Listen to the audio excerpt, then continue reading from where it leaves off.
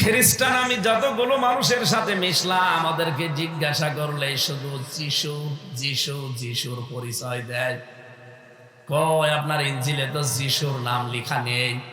আপনাদের ধর্মীয় যারা দায়িত্বে আছে গুরু বলেন যাদেরকে, এই মানুষগুলো পণ্ডিত যারা নাম বলেন এরা যিশু পাল্টিয়ে দিয়েছে, নাম হবে ঈসা।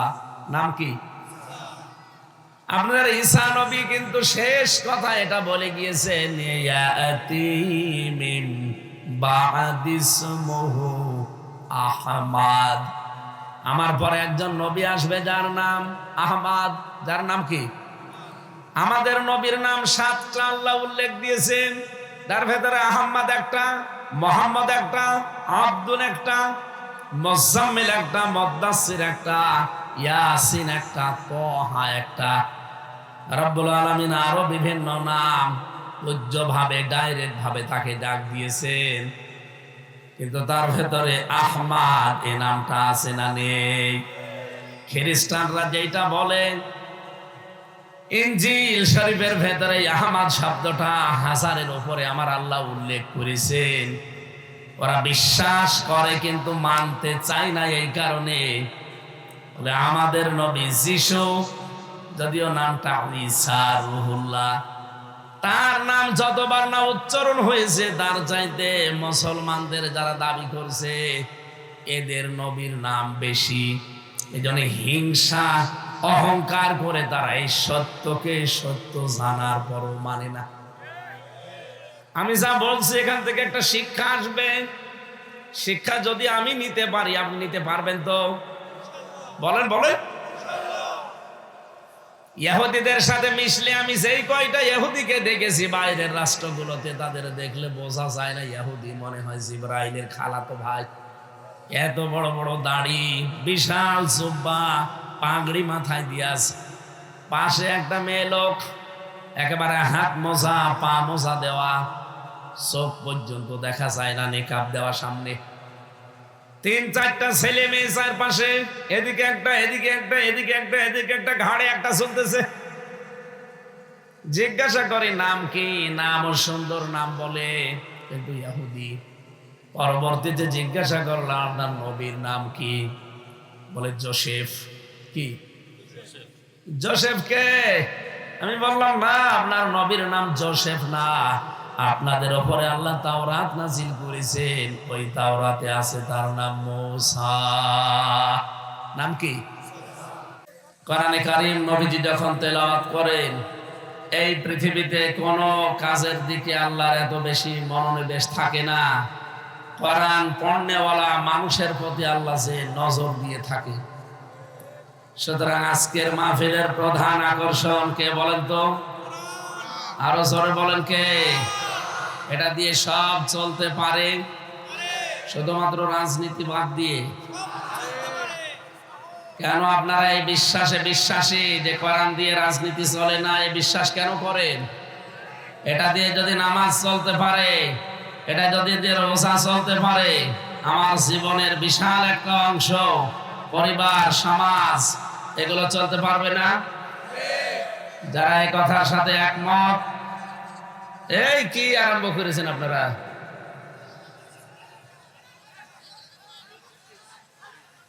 আমাদের প্রধান অতিথি আজকের মাহফিলের শরীফুজ্জামান শরীফ ভাই এসেছেন। আল্লাহ রাব্বুল আলামিন তাকে হায়াতে তাজ্জেবা সিহাতে কুল্লিয়া দান করুন, বলেন আমিন। ওনার যে আসন আছে বসিয়ে দেন। সুবহান। মাইকের আওয়াজ আমার মন মতো হচ্ছে না। কি আওয়াজ দিয়েছে? কানে আওয়াজ লাগবে, আর আওয়াজ বাড়িয়ে দেন, গলা ভেঙে যাবে তো। একটু বলে সুবহানাল্লাহ আলহামদুলিল্লাহ। সরে বসে সামনে।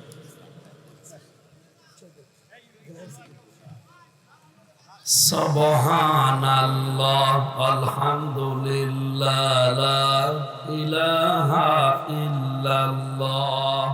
সুবহানাল্লাহ আলহামদুলিল্লাহ। এখানে দাঁড়িয়ে থাকা যাবে না, বসে লাগবে, এক জায়গায় বসে, তাড়াতাড়ি বসে। যারা আছে সবাই বসে পড়ে।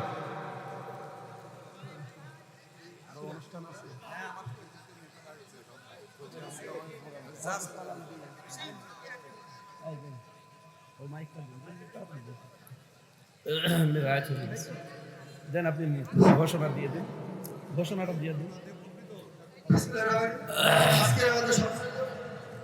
প্রধান অতিথি তৌহিদি জনতা মঞ্চে এই মুহূর্তে আমাদের মাঝে উপস্থিত হয়েছেন চুয়াডাঙ্গা জেলার সাধারণ সম্পাদক বিএনপি জনাব শরীফুজ্জামান শরীফ ভাই।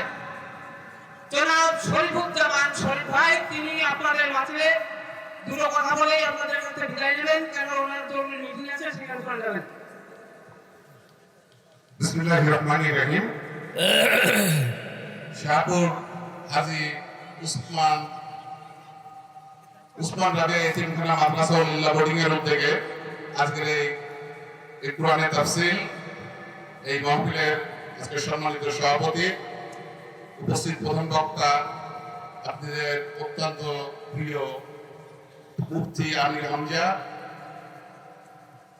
সহ যারা আছেন, দ্বিতীয় বক্তা, বিশেষ বক্তা সহ আজকে মঞ্চে উপস্থিত আছেন যারা মাদ্রাসার শিক্ষকবৃন্দ এবং আমার সামনে উপস্থিত এই ধর্মপ্রিয় মুসলমান ভাইয়েরা, আসসালামু আলাইকুম। আজকে আপনারা এখানে আমি ওনার হুজুরের সাথে এর আগেও আমি যখন প্রথম চুয়াডাঙ্গাতে উনি মাহফিল করছিলেন হলো গোগলখালি বাজারে, ওই দিন আমি ছিলাম ওনার সাথে। আজকে আবার আল্লাহর রহমতে আবার সাক্ষাৎ হয়ে গেল এই শাহপুরে এসে। আপনারা সবাই দোয়া করবেন। আসলে এই কোরআন এবং হাদিসের কথা শোনার মতো যে সুযোগ আমাদের হয়েছে এবং এখানে দাঁড়িয়ে কথা বলার যে সুযোগ হয়েছে, এর জন্য আমরা আল্লাহর কাছে শুকরিয়া আদায় করব এবং আগামীতে আমাদের এই কোরআন হাদিসের কথা বলার এই সুযোগ যাতে অব্যাহত থাকে এবং অব্যাহত থাকতে হলে আমরা ঐক্যবদ্ধভাবে কাঁধে কাঁধ মিলিয়ে আমরা একত্রে থাকবো। যেন যাদের কারণে আমরা এই কোরআন হাদিসের কথা বলতে পারতাম না, যাদের কারণে সমাজে আমরা দাঁড়াতে পারতাম না, আজকে তারা যেন কোনো রকমই যেন আবার ফিরে আসতে না পারে, সেই জন্য আমরা ঐক্যবদ্ধ আমাদের থাকতে হবে। আগামী দিনে আমাদের বাংলাদেশ চাই, বৈষম্যহীন বাংলাদেশ। আমরা বাংলাদেশ চাই আপনি সন্তানরা যাতে উচ্চ শিক্ষায় শিক্ষিত হয়ে যাবেন, এই দেশে চাকরি করতে পারে, আমার সন্তানরাও যাতে শিক্ষিত হয়ে এই দেশে চাকরি করতে পারে। এমনটি যাতে না হয় যে আমার সন্তান, আপনার সন্তান উচ্চ শিক্ষায় শিক্ষিত হওয়ার পর পুলিশ ভেরিফিকেশনে যে বলবে যে এই সন্তানের বাবা কিংবা ভাই বিএনপি করে, জামাত করে, সেই জন্য তার চাকরি দেওয়া হবে না। এরকম বাংলাদেশ আবার আমরা চাই না। আমরা বাংলাদেশ চাই, আমরা বাংলাদেশের 90% বেশি আমরা মুসলমান। এই বাংলাদেশে আমরা কোরআন হাদিসের কথা চাই, আমাদের দ্বীনের কথা চাই এবং এই ধর্মকে ধ্বংস করার জন্য যে ফ্যাসিস্ট সরকার দীর্ঘদিন 16 বছর আমাদের বুকে চেপেছিল, আজকে তাদের যারা এই ছাত্র জনতার আন্দোলনের মাধ্যমে যে সরকার পতন হয়েছে, আমি সেই ছাত্র জনতার আন্দোলনে যারা নিহত হয়েছে তাদের আত্মার উপর আমি মাগফিরাত কামনা করে আমি শেষ করছি। আসসালামু আলাইকুম।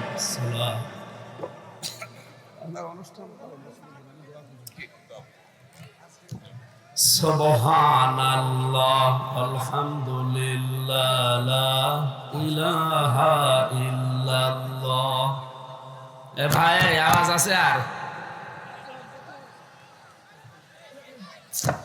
কি করলো এমন সময়? কালকে চট্টগ্রাম প্যারেড ময়দানে মাহফিল, গলা এমনি আমি অসুস্থ, অবস্থা তো টিকবে না।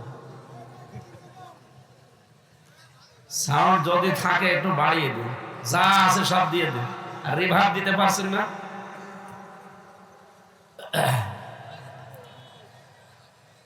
আপনারা যারা এবার দাঁড়িয়ে আছেন বসে পড়েন, যেখানে যারা আছেন বসে পড়েন ভাই। সুবহানাল্লাহ, আলহামদুলিল্লাহ, লা ইলাহা ইল্লাল্লাহ।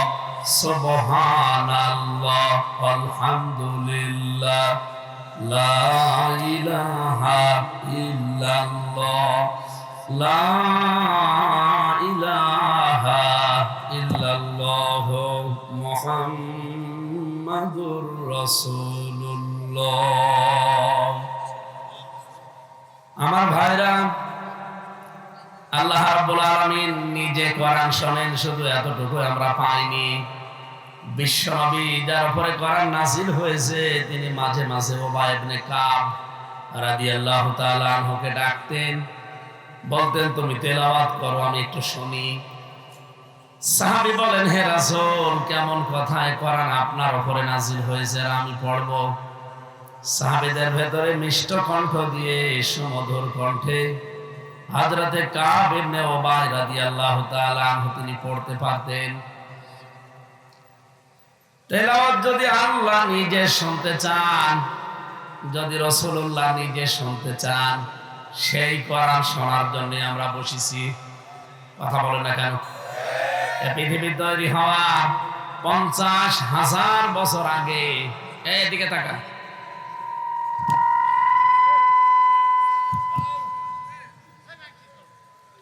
এই পৃথিবী তৈরি হওয়ার 50,000 বছর আগে আল্লাহ রাব্বুল আলামিন নিজে কোরআন তেলাওয়াত করে শুনিয়েছিলেন ফেরেশতাদেরকে।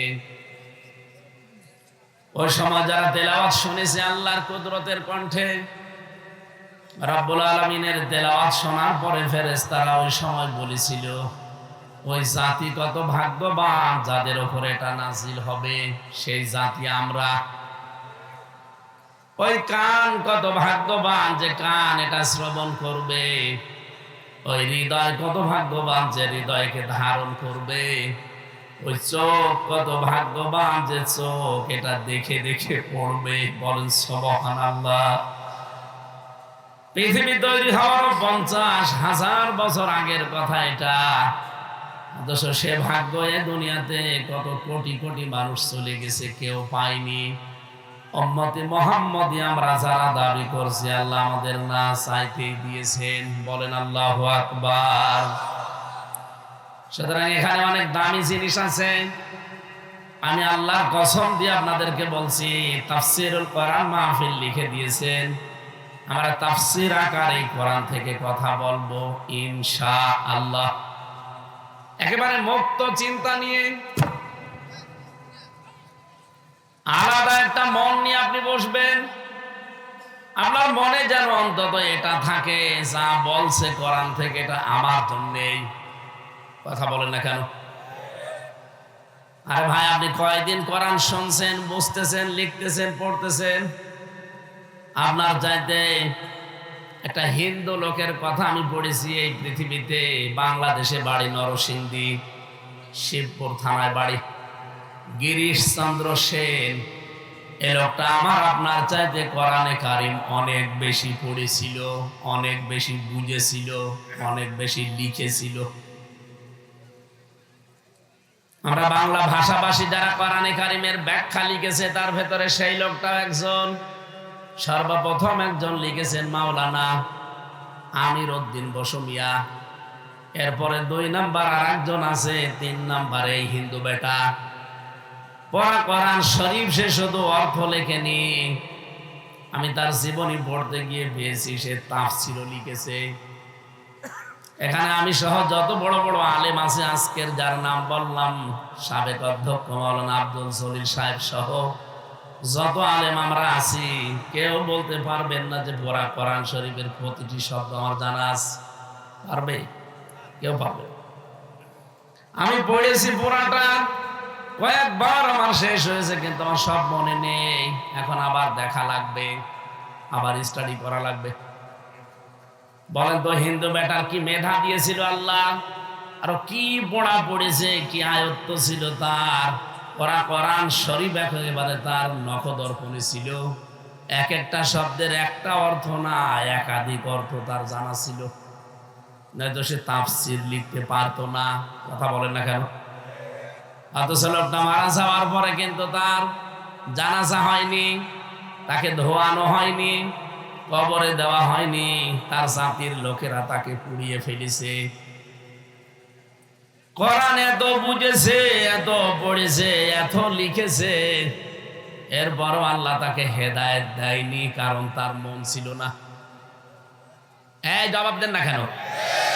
ছাত্রের মতো জবাব দেবেন, এটা ক্লাস চলছে। তার মন ছিল না, এই জন্য আল্লাহ তাকে হেদায়েত দেয়নি। আর আমিও সেই কুষ্টিয়া থেকে আপনার জন্য হেদায়েত হাতে করে নিয়ে আসিনি যে আমার হাতে আছে আসেন দিয়ে দেই না। আল্লাহ রাব্বুল আলামিন বলেন লাইসা লাকা লাইসা আলাইকা হুদাহুম, হে নবী আপনার দায়িত্ব নয় যে আপনি হেদায়েত দিয়ে দেবেন, ওয়ালাকিন্নাল্লাহা ইয়াহদি মাইয়াশা। সূরা বাকারার 172 নম্বর আয়াতের প্রথম অংশে আছে আল্লাহ বলেন আমি যাকে ইচ্ছা করি তাকে শুধু হেদায়েত দান করি। সুতরাং আজকের এই ময়দানে পিপিলিকার সারির মতো মানুষ আসতেছে, এখানে আর কয়জন আছে আপনি বাজারে গিয়ে দেখেন রাস্তাঘাটে কি মানুষ। এই হাজার হাজার লক্ষ লক্ষ মানুষের ভেতরে সবাইকে আল্লাহ হেদায়েত দিয়ে বাড়ি নিয়ে যাবে বিষয়টা এমন না। যে মানুষের মন আছে আল্লাহ তাকে আজকে হেদায়েত দেবেই। ইন্নামা আনতা মুযাক্কির লাস্তা আলাইহিম বিমুসাইতির, হে নবী আপনাকে আমি শুধু উপদেশক বানিয়েছি, শুধু উপদেশ দিয়ে যাবেন। আপনাকে আমি দারোগা পুলিশ করে পাঠাইনি যে আপনি পিটিয়ে মানুষ হেদায়েত করবেন, কোনো দরকার নেই। আল্লাহর কি এত ঠেকা পড়ে গেছে যে আপনি হেদায়েতের পথে না আসলে আল্লাহর শক্তি একটু কমে যাবে, তার ক্ষমতা চলে যাওয়ার সম্ভাবনা আছে? বলেন। সুতরাং আল্লাহ পাকের যেহেতু ওই সন্দেহ, ওই ভয়, ওই সম্ভাবনা নেই, যেন আপনি আসলে দিনের পথে আপনার কপাল ভালো, না আসলে আমার আল্লাহর কোনো ক্ষতি নেই, কোনো লাভও নেই। কি আপনি জান্নাত জাহান্নামে গেলে আল্লাহর লাভ আছে? বলেন না কেন? এই জন্য আমাদের শিক্ষা দেওয়া দরকার আজকের এই ময়দানে। আমির হামজার হাতেও যেহেতু কিছু নেই, এর আগে যারা কথা বলেছিল তাদের হাতেও নেই, এটা সরাসরি হাতে কার? আমি এমন একটা মন নিয়ে আজকে এখানে বসবো, অন্তত আল্লাহ পাক আমার অন্তরের দিকে তাকিয়ে যেন হযরত ওমরের মতো হেদায়েত দিয়ে দেন।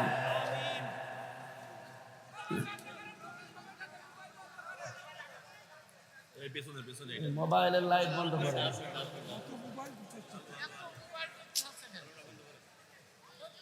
এই জন্য ঢালা ভাবে মাহফিল গুলো আর নেব না, সামনে থেকে যেখানে সেখানে যাবো। একটা আলোচনা বোঝাতে হলে পরিবেশ লাগে, এত ডিস্টার্ব করলে হয় না। হ্যাঁ, এখানে যারা দাঁড়িয়ে আছেন আর জায়গা পাচ্ছেন না পেছনে, সব এখানে দাঁড়িয়ে আছেন, একটা জায়গা হলো দাঁড়ানো।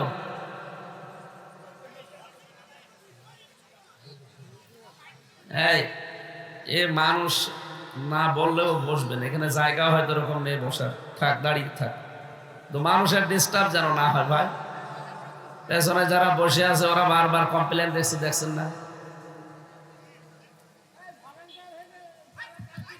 আর ভলান্টিয়ার কি করবে? ওদের বিবেক না থাকলে ভলান্টিয়ার কি করবে? আপনি বসেন, আপনার নড়াচড়ার দরকার নেই, আর এখানে কাউকে উঠতেও দেবেন না। একেবারে নিস্তব্ধ হয়ে যান তো ভাই, যেখানে থাকে থাক, বাড়ি যায় যাক।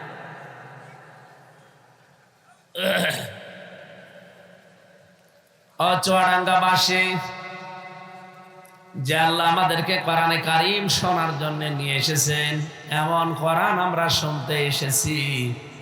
আল্লাহ রাব্বুল আলামিন নিজে কোরআনের পরিচয় পুরা কোরআনে কম বেশি তিনি দিয়ে দিয়েছেন আগে। আপনি দেখবেন এই কিতাবটা এমন ভাবে আল্লাহ সাজিয়েছেন, সূরা বাকারা থেকে শুরু করে সূরা নাস পর্যন্ত প্রতিটি জায়গায় এই কোরআনের পরিচয় আল্লাহ তুলে ধরেছেন। আমরা এমন একটা কিতাব থেকে কথা শুনছি, পৃথিবীর ৪৫০০ ধর্মের গ্রন্থ আছে। যত গ্রন্থগুলো পৃথিবীতে ধর্মীয় মানুষেরা মেনে চলে, তারা কম্পিউটারের ভেতরে ঢুকিয়েছে।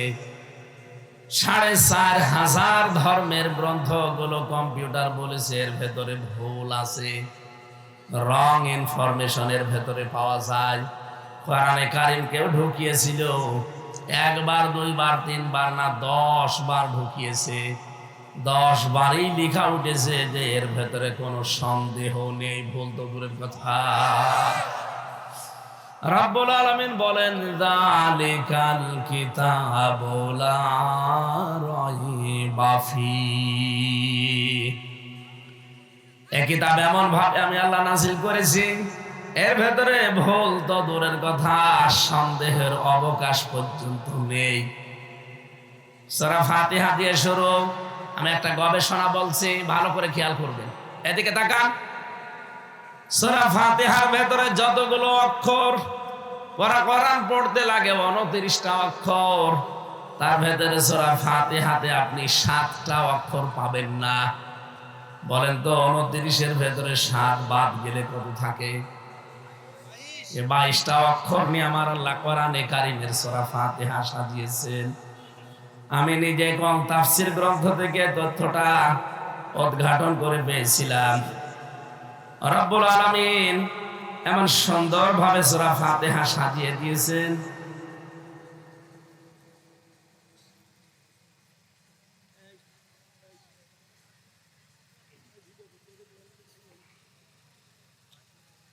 ভালো করে খেয়াল করবেন, যারা জ্ঞানী মানুষ তাদের দেখবেন অ্যাক্টিভ হয়ে আছে।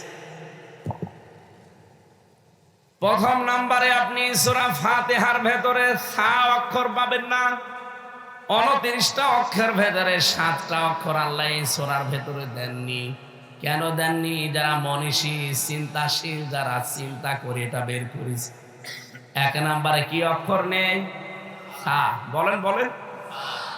সোয়াদ দিয়ে কোন অক্ষর লিখলে হয় সবির, মানে ধৈর্যশীল। সোয়াদ বা র, সবরুন শব্দের শাব্দিক অর্থ হচ্ছে ধৈর্য। আর সিন বা র, সাবর। সাবর মানে ধ্বংস। সবর মানে কি? কোরআনে কারিমে আল্লাহ 7টা অক্ষর দিয়েছেন, দেন নাই সূরা ফাতিহায় তার প্রথম অক্ষর হচ্ছে সা। মনীষী জানাতে চেয়েছেন যারা গবেষক, তার মানে সূরা ফাতিহা যদি কেউ পড়ে জীবনে সেট করতে পারে, মহান আল্লাহ তাকে কোনোদিন ধ্বংস করবেন না। 2 নম্বরে আমি পেয়েছি এর ভেতরে জিম নেই। কি নেই? বলেন বলেন। কোরআনে আপনি জিম দিয়ে বেশি দেখবেন, জিম দিয়ে জাহান্নামের পরিচয়গুলো আল্লাহ দিয়েছেন। এই জন্য জিম শব্দটা সূরা ফাতিহায় আল্লাহ দেননি।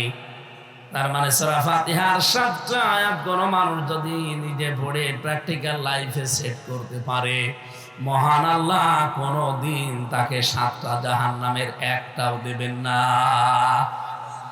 3 নম্বরে আমি পেয়েছি খ। খ দিয়ে খব্বারিন।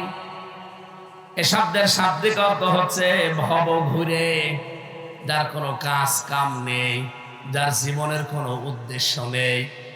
রব্বুল আলামিন সূরা ফাতিহার ভেতরে খ দেননি এই কারণে, সূরা ফাতিহা কেউ পড়লে আমার আল্লাহ তার জীবনকে ভব ঘুরে উদ্দেশ্যহীন বানিয়ে দেবেন না, তার জীবনে একটা উদ্দেশ্য থাকবে।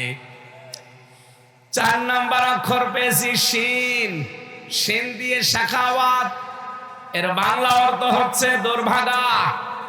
আপনি যদি সত্যি সূরা ফাতিহা পড়ে জীবনে আমল করে যেতে পারেন, আপনি কোনোদিন দুর্ভাগা হবেন না, আপনাকে আল্লাহ সৌভাগ্যের সোপান দিয়ে দেবেন।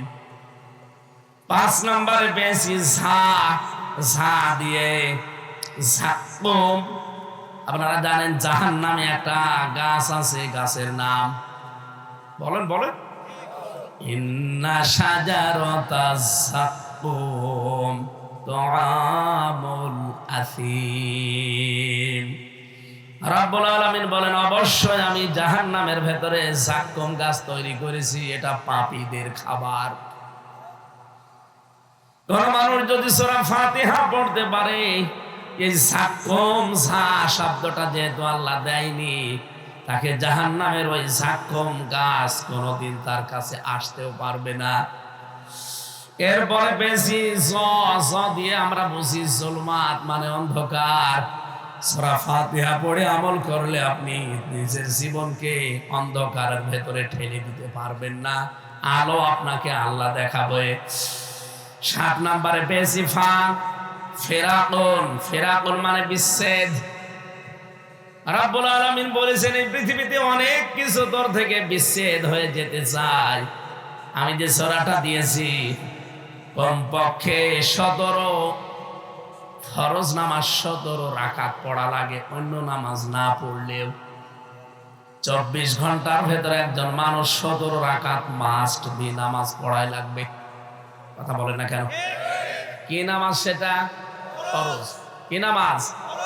যদি নফল বাড়াতে থাকেন তাহলে আরো বাড়বে। আপনাকে মাস্ট বি এই 17 বার সূরা ফাতিহা তো পড়াই লাগবে। সূরা ফাতিহা পড়তে পারে, এর উপরে তার জীবনটা উঠে যায়। মহান আল্লাহ এই পৃথিবীতে তাকে কোনো কিছু থেকে বিচ্ছেদ ঘটাবেন না। আজ বাংলাদেশ থেকে অনেকের বিচ্ছেদ হয়ে গেছে, সামনে অনেকের হওয়ার সম্ভাবনা আছে। আমি আপনাকে ইন্ডিকেট করে বলছি না, বাস্তবে দেখে বলছি। কত কিছু থেকে আপনার বিচ্ছেদ। আপনি মায়ের কাছে থাকতে পারেন না, বাবার কাছে থাকতে পারেন না, সন্তানের কাছে থাকতে পারেন না, দেশের জনগণের কাছে থাকতে পারেন না, সর্বোপরি যিনি আমার মালিক, মালিকের কাছ থেকেও আপনি বিচ্ছেদ পেয়ে গেছেন।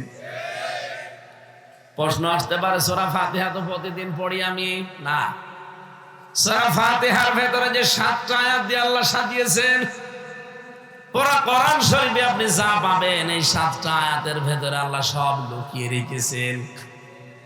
কোন মানুষ যদি 7টি আয়াত সত্যি বোঝে আর পড়ে, ওর জীবনে কোনোদিন আল্লাহ থেকে শুরু করে কোন সৃষ্টি জগতের বিচ্ছেদ ঘটবে না। সর্বশেষ আয়াতটা আপনি আরো বাড়িতে ফের পড়বেন তাফসীর সহ। গায়রিল মাগদুবি আলাইহিম ওয়ালাদ-দাল্লিন।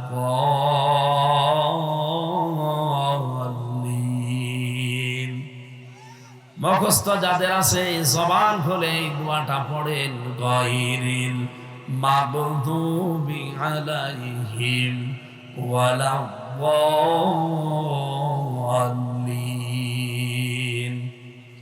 আপনি প্রতিদিন এই দোয়াটা আল্লাহর কাছে করছেন, রব্বুল আলামিন তুমি তাদের পথে আমাদেরকে চালাবে না যারা মাগদুব এবং দল্লিন। যত তাফসীর পৃথিবীতে আছে সব মুফাসসির এই দুইটা শব্দের ব্যাখ্যায় লিখেছেন মাগদুব এবং দল্লিন মানে ইহুদি আর খ্রিস্টান। কেন? তাফসীরে মুফাসসিরে ইকরাম লিখেছেন, দেখেন তো আপনার জীবনে মেলে কিনা। যদি আমার জীবনেও মেলে, আমি এই মুহূর্ত থেকে সিদ্ধান্ত পাল্টিয়ে ফেলবো। আপনার জীবনে যদি মিলে যায়, আপনাকেও পাঠানো লাগবে। কে কথা বলছে না কেন? ইহুদি আর খ্রিস্টানদের উপরে আল্লাহ যে দুইটা কিতাব দিয়েছিলেন, একটার নাম আমরা জানি তাওরাত, আর একটার নাম ইনজিল। জানেন না? মুসা নবী আর ঈসা নবী এত বড় বড় বড় পাওয়ারফুল নবী, তারাও ছিল আল্লাহর সাথে কথা বলতো একজন, আর আল্লাহ যাকে রূহ বলেছেন রূহুল্লাহ। এই দুইজন নবী কিতাব পেয়েছেন, এত বড় বড় কিতাব, অথচ তাদের কিতাবে আমাদের নবীর পরিচয় আর সম্মান মর্যাদা আল্লাহ তুলে ধরেছেন 1000 বারের উপরে। কোরআন শরীফের ভেতরে মুসা নবীর নাম আপনি 1000 বার পাবেন না, ঈসা নবীর নাম 1000 বার পাবেন না। 300 কয় জায়গায় যেন মুসা নবীর নাম আছে, 200 কয় জায়গায় যেন হযরত ঈসা নবীর নাম আছে। অথচ মুহাম্মদ রাসূলুল্লাহর পরিচয়টা আল্লাহ তুলে ধরেছেন তাওরাতে আর ইনজিলে 1000-এরও বেশি। ওই জামানায় যাদের উপর এই কিতাবটা নাযিল হয়েছিল, যেহেতু তারা ইহুদি এবং খ্রিস্টান, আপনারা জানেন আমি বাইরের দেশগুলো যখন সফর করেছি দেখেছি ইহুদির সাথে চলতাম, খ্রিস্টানদের সাথে চলতাম। বিশেষ করে আমি এই যে বাইরের দেশগুলো কিছুদিন আগে আমার নিয়ে গিয়েছিল, থাইল্যান্ড, সিঙ্গাপুর, মালয়েশিয়া সহ যতগুলো দেশে আমার আল্লাহ নিয়ে গেল, যে আমি আগে দেখি ওই দেশে খ্রিস্টান ইহুদি বৌদ্ধ আছে কিনা। যারা নিয়ে যায় বলে আমার ওখানে নিয়ে চলেন, ওনাদের গির্জায় যায়, ওদের যে ধর্মীয় উপাসনালয়গুলো আছে ওখানে যে লোকটা দায়িত্বে আছে কথা বলতে চায়, একজন দোভাষীর সাথে রাখি, জিজ্ঞাসা করি যে আপনাদের নবীর নাম কি। ওরা নবীর নাম বলতে গিয়ে খ্রিস্টানের সাথে যেতে মিশলে তারা বলে আমাদের নবীর নাম যিশু। কি বলে? তখন আমি কোরআনে কারীম থেকে আয়াতগুলো কোট করে করে বলি, না, আপনাদের নবীর নাম যিশু না, আমাদের তো আপনার নবীর নাম ঈসা। নাম কি? আপনারা নামটা পাল্টিয়ে দিয়েছেন, শুধু নবীর নামকে পাল্টান নাই, আপনাদের উপর যাইছে।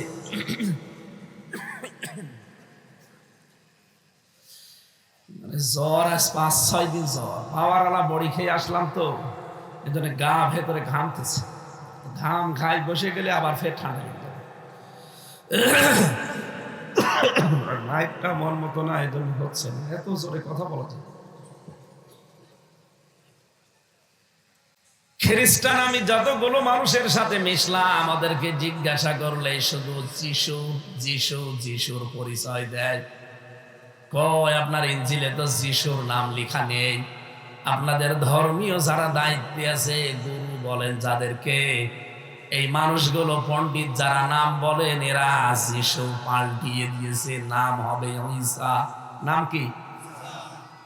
আপনার ঈসা নবী কিন্তু শেষ কথা এটা বলে গিয়েছেন, ইয়াতি মিন বা'দিসমুহু আহমদ, আমার পরে একজন নবী আসবে যার নাম আহমদ। যার নাম কি? আমাদের নবীর নাম 7টা আল্লাহ উল্লেখ দিয়েছেন, তার ভেতরে আহমদ একটা, মোহাম্মদ একটা, আব্দুল একটা, মুজাম্মিল একটা, মুদ্দাসসির একটা, ইয়াসিন একটা, তাহা একটা। রব্বুল আলামিন আরো বিভিন্ন নাম উজ্জ্বলভাবে ডাইরেক্ট ভাবে তাকে ডাক দিয়েছেন, কিন্তু তার ভেতরে আহমদ এই নামটা আছে না নেই? খ্রিস্টানরা যেটা বলে, ইনজিল শরীফের ভেতরে আহমদ শব্দটা 1000-এর উপরে আমার আল্লাহ উল্লেখ করেছেন। ওরা বিশ্বাস করে কিন্তু মানতে চায় না, এই কারণে বলে আমাদের নবী যিশু, যদিও নামটা ঈসা রুহুল্লাহ, তার নাম যতবার না উচ্চারণ হয়েছে তার চাইতে মুসলমানদের যারা দাবি করছে এদের নবীর নাম বেশি। এই জন্য হিংসা অহংকার করে তারা এই সত্যকে সত্য জানার পরও মানে না। আমি যা বলছি এখান থেকে একটা শিক্ষা আসবে। শিক্ষা যদি আমি নিতে পারি, আপনি নিতে পারবেন তো? বলেন বলেন। ইহুদিদের সাথে মিশলে আমি যেই কয়টা ইহুদিকে দেখেছি বাইরের রাষ্ট্রগুলোতে, তাদের দেখলে বোঝা যায় না ইহুদি, মনে হয় জিবরাইলের খালাতো ভাই। এত বড় বড় দাড়ি, বিশাল জুব্বা, পাগড়ি মাথায় দিয়াস, পাশে একটা মেয়ে লোক একেবারে হাত মোজা পা মোজা দেওয়া, চোখ পর্যন্ত দেখা যায় না, নিকাব দেওয়া সামনে, 3-4টা ছেলে মেয়ে চারপাশে, এদিকে একটা এদিকে একটা এদিকে একটা এদিকে একটা, ঘাড়ে একটা চলতেছে। জিজ্ঞাসা করে নাম কি? নাম সুন্দর নাম বলে, কিন্তু ইহুদি। পরবর্তীতে জিজ্ঞাসা করলাম আপনার নবীর নাম কি? বলে জোসেফ। কি জোসেফ কে? আমি বললাম না, আপনার নবীর নাম জোসেফ না, আপনাদের উপরে আল্লাহ তাওরাত নাজিল করেছেন, ওই তাওরাতে আছে তার নাম মূসা। নাম কি? আল্লাহ রাব্বুল আলামিন জানিয়েছেন, ওয়া কাল্লামাল্লাহু মূসা তাকলিমা। এদের কিতাবের ভেতরে আমাদের নবীর নাম 1000-এর উপরে প্রশংসা করা আছে, হয় আহমদ নাই মোহাম্মদ। এই শব্দগুলো ওরা দেখতো, দেখে চিন্তা করতো কি আমাদের নবী জোসেফের নাম এতবার নেই, যেখানে মুসলমানদের দাবি করা নবী মোহাম্মদ আহমদের নাম এর চাইতেও বেশি। হিংসা করে অহংকার করে তারা মানত না। আপনি কি বুঝলেন এতক্ষণ শুনে বলেন এবার? সত্যকে সত্য জানার পরেও যারা হিংসা করে অহংকারের বশবর্তী হয়ে মানতে চায় না, ওরাও এক প্রকার ইহুদি খ্রিস্টান। আর এই বাংলাদেশে এরকম মানুষ বেশি। হাতে আঙ্গুল দিয়ে চোখে আঙ্গুল দিয়ে দেখানো হয় যে এই দেশে সত্যপন্থী দল এইটা, সত্য দল এইটা, কোরআনের সাথে মিলে এইটা। এরপরেও কিছু মানুষ বলেন না, আমার বাবা বলিস। তোর বাবাই বড় হয়ে গেল, তোর বাবা সত্য কথা বলে কিনা ওইটা সার্টিফিকেট দেওয়ার জন্য আল্লাহ এটা দিয়েছেন। বলেন এইটা যা বলবে সেইটা তোর বাবার কথার সাথে মিলাবি। যদি এটার সাথে বাবার কথা না মেলেও বাবাও আমি মানি না। আমার কথায় যদি আপনার রাগ হয়, আপনিও ইহুদি খ্রিস্টান হয়েই মরবেন। আমি আপনাকে বলছি না এই দল করা লাগবে, এই দল করা লাগবে না। আপনার বিবেক আছে। আল্লাহ তো আমাকে দারোগা পুলিশ করে পাঠায়নি যে আপনাকে পিটিয়ে আমি নিয়ে আসবো না। আমি হক কথাগুলো তুলে ধরবো। আমার কথা যদি ভুল প্রমাণ করতে চান, আব্দুল জলিল মৌলানাকে বসিয়ে রাখেন। উনি যদি বলে না এটা মিলছে না, তাহলে আমি থামবো। আপনার পেটে বোম মারলে আপনি সূরা ফাতিহা শুদ্ধ করে আমার সামনে পড়তে পারেন না, আর আপনি বলেন তাফসির না, এটা রাজনীতি হয়। আপনি তাফসির বোঝেন? আপনি কোরআন মানে কি তাও তো জানেন না। কোরআন মানে কি? বহুল পঠিত পাঠ্য। আপনি এই শব্দের অর্থটা জানেন না, আর আপনি ভুল ধরেন আমার কোরআনের উপর অনার্স মাস্টার্স করা। অন্তত এখানে যারা আছেন আপনার চাইতে কোরআনের উপরে আমার কিছুটা হলেও দখল বেশি আছে। কথা বলে না কেন? সুতরাং আমাকে যদি আপনি বলেন যে হচ্ছে না, অন্যদিকে চলে যাচ্ছে, তাহলে আব্দুল জলিল মৌলানা এটা বলা লাগবে। চুয়াডাঙ্গাবাসী, এটা আমার মায়ের দেশ। এই পাশেই মুন্সিগঞ্জ, এটা আমার মায়ের গ্রাম। এখানে যারা আছেন আমার মনে হয় এই জেলায় আমার বাবার হয় শালা হবে, আর আমার নাই নানা হবে, মামা হবে। এজন্য একটু সম্পর্ক আছে, বড় দাবি নিয়ে কথা বলছি। হিংসার বশবর্তী হয়ে যারা অহংকার করে সত্যকে সত্য জানার পর আজ মানতে চান না, আল্লাহর কসম আপনার মরণ হয়ে যাবে ইহুদি আর খ্রিস্টানের মতো।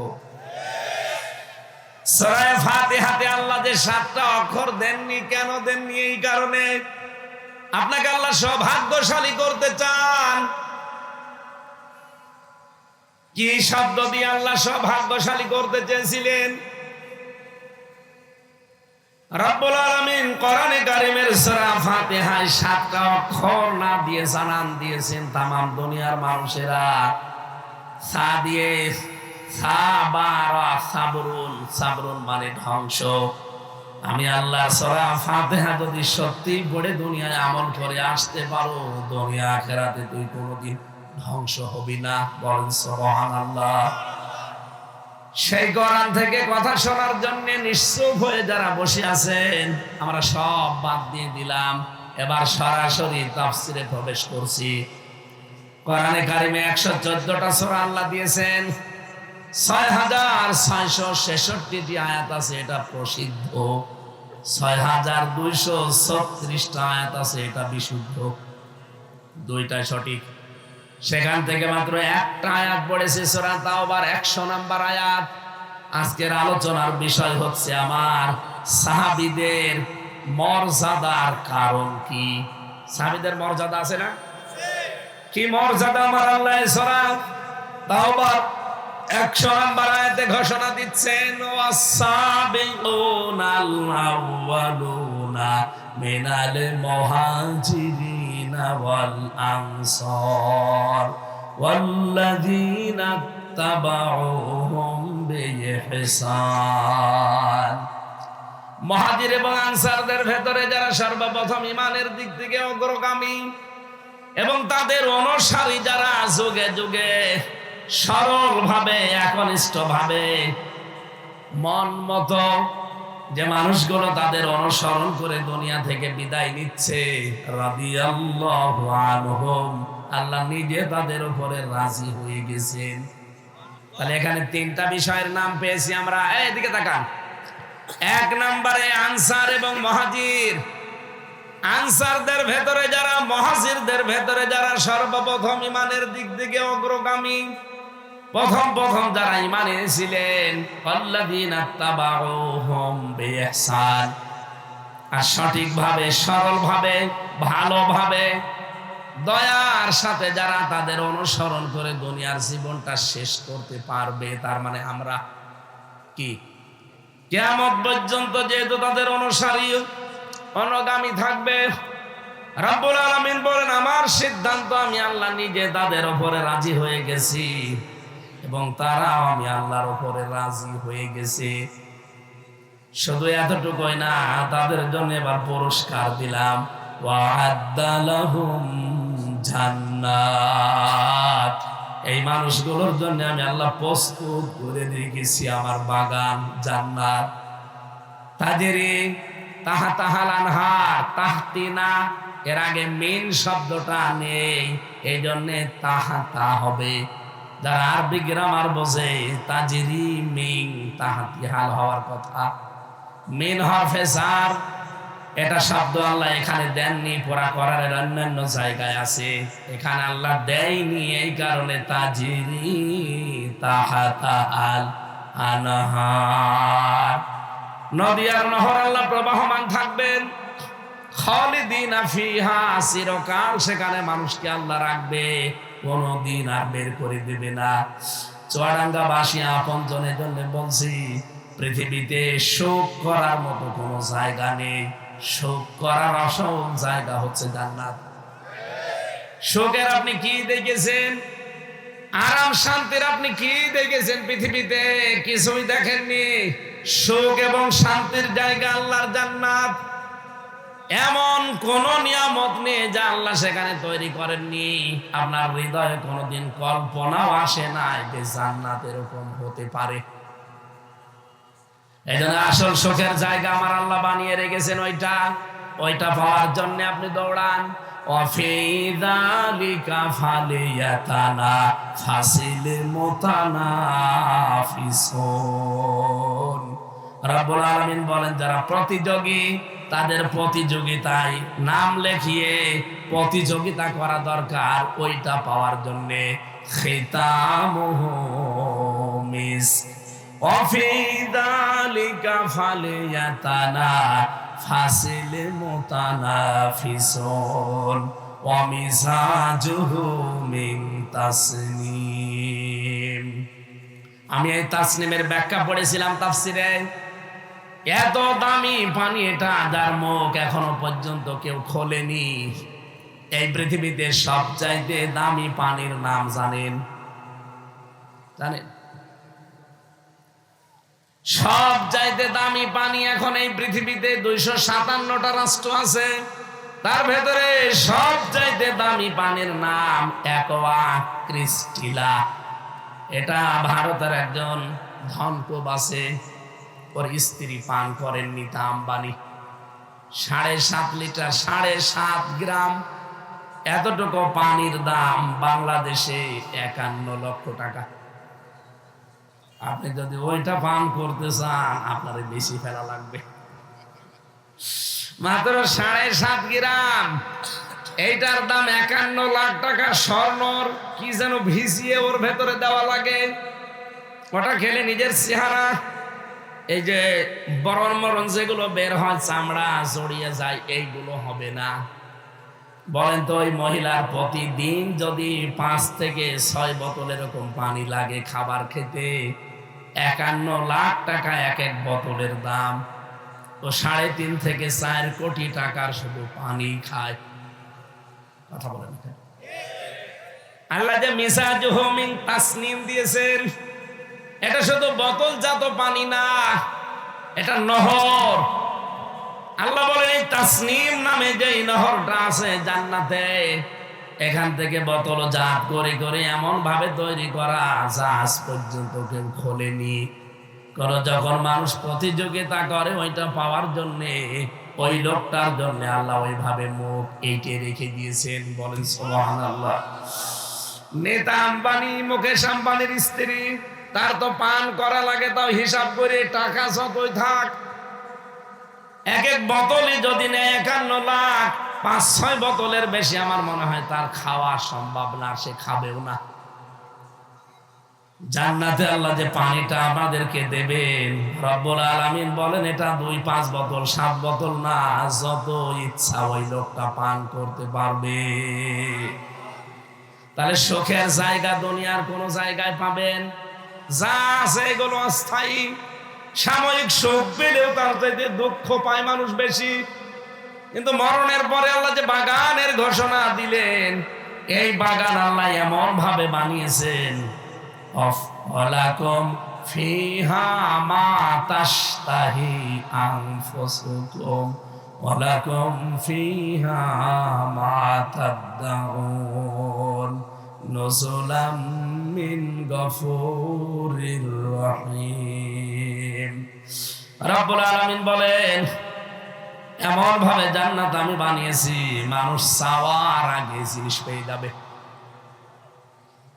এরা রহমান দয়াময়ের পক্ষ থেকে একটা মেহমানদারি।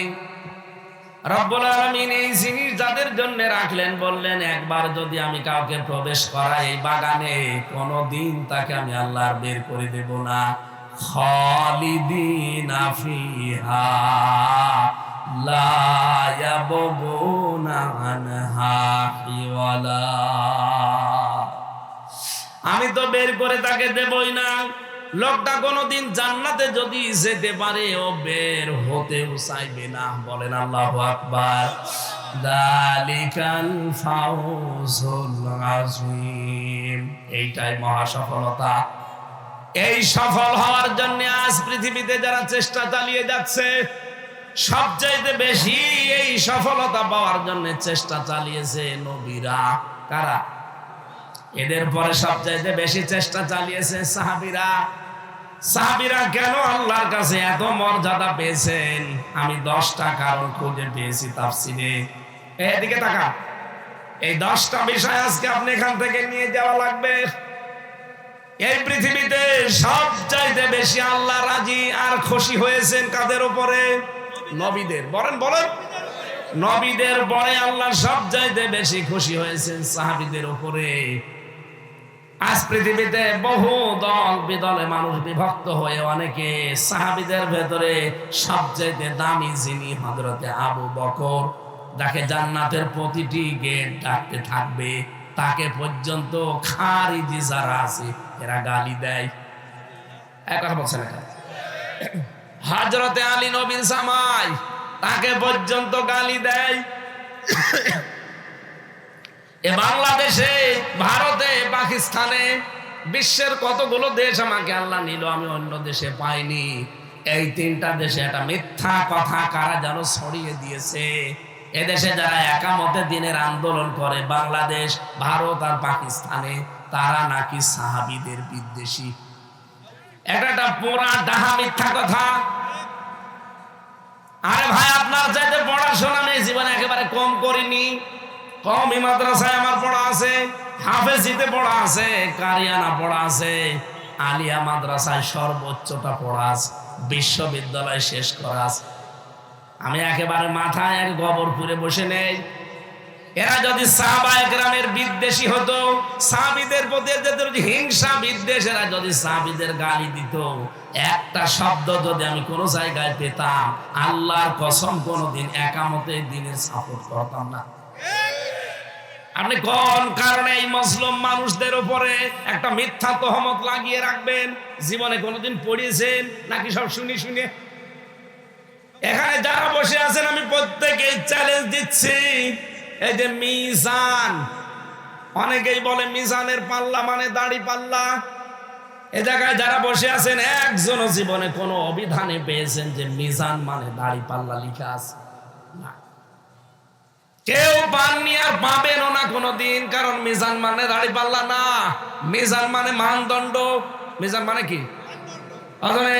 চেয়ারম্যান সহ যত মানুষ এখানে বসে আছে জিজ্ঞাসা করেন তো, জন্মের পর থেকে শুনে আসতেছে মিজানের পাল্লা মানে? বলেন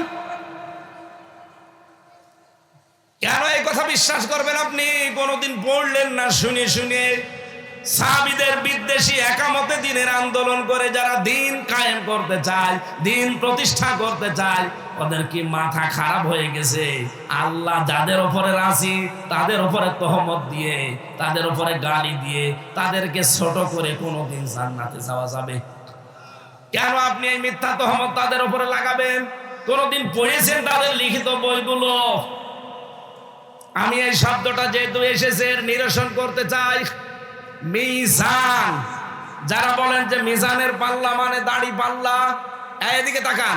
যে উঠে চলে যায় যাক, প্রয়োজন যদি থাকে যাবে, অসুবিধা নেই। আপনি এসেছেন একজন হলো, আপনি শোনাবো। মিজান মানে কি? বলেন বলেন। পৃথিবীর প্রতিটি জিনিস মাপ দেওয়ার যন্ত্র আছে না? ভালো করে খেয়াল করেন তো। এই যে বিশাল সামিয়ানা দেখা যাচ্ছে, এটা যদি আপনাকে বলি ভাই এটা মাপ দিয়ে দেন তো, এটা কি দাড়ি পাল্লায় তুলে দেবেন? এটা মাপ দেওয়ার জন্য একটা আলাদা যন্ত্র আছে, তার নাম ফিতা, গজ। এই কথা বলছে না কেন? এই যে পানি দিচ্ছিল আমাকে একটু আগে চা, এই পানি জাতীয় কোন জিনিস যদি আপনাকে বলে আপনি একটু মাপ দিয়ে দেন তো, ফিতা দিয়ে মাপবেন। এটা মাপার জন্য সিসি আছে, লিটার আছে। চাউল দিলাম আপনাকে, 1 মোট চাউল দিয়ে মেপে দেন তো, একটা একটা করে গণনা করবেন। ওটা মাপ দেওয়ার জন্য কেজি লাগে, পাথর লাগে, বাটখারা লাগে। দুনিয়ার যত জিনিস, প্রতিটি জিনিস পরিমাপ করার জন্য আলাদা আলাদা যন্ত্র আছে। আরো জোরে বলেন। এই জবাব দেওয়া লাগবে, আছে না? কিয়ামতের ময়দানে আমরা সবাই জানি আমাদের আল্লাহ পাক মিজানে মাপবেন আমল। কি আমল মানে? কাজ। আমল মানে সারা জীবনও শোনেননি যে আমল মানে কাজ? বলেন বলেন, আরো জোরে বলেন। আমল মানে কি? না সবাই বলেন আমল মানে? আরেকবার বলেন আমল মানে কি? এবার আপনাকে আমি বলছি ভাই 5 কেজি কাজ মেপে দেন তো। কোন ধান্দায় আছেন আপনি এতদিন? এই যে শুনিয়ে শুনিয়ে মিজানের পাল্লা মানে দাড়ি পাল্লা। কোন পাগলও বিশ্বাস করবে যে কাজ 5 কেজি 10 কেজি মাপা যায়? কাজ আল্লাহ কিয়ামতের দিন মাপবেন। কাজ মানে আরবিতে কি? আমল। বলেন বলেন, আরো জোরে বলেন। আমল আবার 2 প্রকার, একটা বদ আমল, একটা নেক আমল। কিয়ামতের দিন আল্লাহ তো বদ আর নেক আমল মাপবেন না মাপবেন না? মিজানের পাল্লা, যার নাম আমরা বলি মিজানের পাল্লা, দাড়ি পাল্লায় তুলে মাপবে। তার মানে এই পাশে 10 কেজি কাজ, এই পাশে 5 কেজি কাজ মাপ দেবে। মিজান মানে যেহেতু মানদণ্ড, এটা তাদের ন্যায়ের প্রতীক। দাড়ি পাল্লা কি? আরো জোরে বলেন বলেন। এই বাংলাদেশে অনেকেই দাড়ি পাল্লা সহ্য করতে পারে না, কিন্তু হাইকোর্টে ঠিকই দাড়ি পাল্লা টাঙানো আছে। আপনি দেখেন হাইকোর্টে দাড়ি পাল্লা টাঙানো আছে, একেবারে সমান সমান। ওঠে কারা? এরা মাদ্রাসা ছেলেরা না? 1-1.5 ঘন্টা বসে থাকতে পারেন না, ভেতরে আসেন কেন? তাড়াতাড়ি চলে যান, যান। এখানে কত মেয়ের বাপ বসে আছে আপনি জানেন? এরা জামাই খুঁজতে এসেছে অনেক। এখন যদি দেখে যে 1-1.5 ঘন্টা পরে চলে যাচ্ছে, ও সাদা বলবে যে বিয়ে শাদী আর দেওয়ার দরকার নেই। এই জানে আর উঠবেন না। আমার একটু সময় দেওয়া যায় না ভাই? আমার ভাইরা যে কথা তুলেছিলাম, কিয়ামতের দিন আল্লাহ কাজ মাপবে, আমল মাপবে। আর কাজ মাপতে হয়, এখানে যদি পাগল কেউ জিজ্ঞাসা করেন, পাগলও বলবে কাজ দাড়ি পাল্লায় তুলে, ফিতা দিয়ে, গজ দিয়ে, লিটার দিয়ে, সিসি দিয়ে, কেজি দিয়ে মাপে না, কাজ মাপে গুরুত্ব দিয়ে। বলেন না কেন? কাজ মাপতে হয় কি দিয়ে? আরো জোরে। গুরুত্বের ভিত্তিতে কাজ মাপা লাগে। এই ময়দানে গুরুত্বপূর্ণ জিনিস হচ্ছে খুঁটি আর সামিয়ানা। গুরুত্বপূর্ণ জিনিস যদি এখানে না থাকে, এখানে যত দামি জিনিস আছে কেউ কি এটা মঞ্চ বলবে? আরো জোরে বলেন। আপনার জীবনে আপনি আগে দেখবেন যে গুরুত্বপূর্ণ কোনটা। এজন্য যত ফরজ আল্লাহ কোরআনে দিয়েছেন, দেখবেন প্রতিটি ফরজের ভেতরে আবার কিছু ফরজ আছে। মনে হয় বোঝাতে পারলাম না। যত রকমের ফরজ আল্লাহ কোরআনে দিয়েছেন, প্রতিটি ফরজের ভেতরে আলাদা ফরজ আছে না নেই? নামাজ কি? নামাজের ফরজ নেই? কয়টা? 13টা। এবার আরেকটা বানিয়ে বলছে না কেন? 13 ফরজ। বলেন এই যে নামাজ ফরজের ভেতরে আবার ফরজ কয়টা? বলেন বলেন। 13টা ফরজের 12টা আদায় করলেন, একটা করেননি, আপনার সওয়াব হবে 5টা। এখন যদি বলেন যে না, মানে একটা ফরজ শুধু বাদ দিলাম, 12টা আদায় করেছি, অন্তত 2টা সওয়াব দেন, হবে? এটা যেমন সহজে বুঝে ফেললেন। ও চুয়াডাঙ্গাবাসী, মাথা আজকে খালি করে এটা নেওয়া লাগবে। আপনি আমার সাথে একমত হচ্ছেন কিনা আমি জানি না, আপনাকে আমি পড়াশোনা করার জন্য বলছি, আমি গতানুগতিক কথা বলি না, চিন্তা ভাবনা ঢুকিয়ে দেওয়ার জন্য বলছি। আপনাকে কিয়ামতের দিন আল্লাহ কাজ মাপবে, আমল মাপবে, আর কাজ মাপা হয় সবাই বলছেন যে গুরুত্বের ভিত্তিতে। আপনার জীবনে আল্লাহ দেখবে যে গুরুত্বের ভিত্তিতে আপনি কাজ করেছেন কিনা। নামাজ ফরজ, এর ভেতরে আসল ফরজ কয়টা বলেন বলেন? এগুলো অবশ্যই গুরুত্বপূর্ণ, নাই তো ফরজ হতো না। এরপরে আরেকটু কম গুরুত্বপূর্ণ আছে, যেটা না মানলেও নামাজ হয় কিন্তু সিজদা দেওয়া লাগে, তার নাম কি? ওয়াজিব। বলেন বলেন? এটা আবার ফরজের চাইতে এক ধাপ বেশি। কয়টা? 14টা। কয়টা? তাহলে 13টা, আর ওইদিকে আরো জোরে। এরপরে আর একটা ধাপ আছে সুন্নাত। কেউ যদি সুন্নাত না মানে তার নামাজ হবে না তা না, অপূর্ণাঙ্গ থাকবে। সেটা কয়টা? 19টা। কয়টা? বলেন বলেন? কেউ লিখেছে 17টা, কেউ লিখেছে 19টা। 17টায় ধরেন। কয়টা? আরো জোরে বলেন।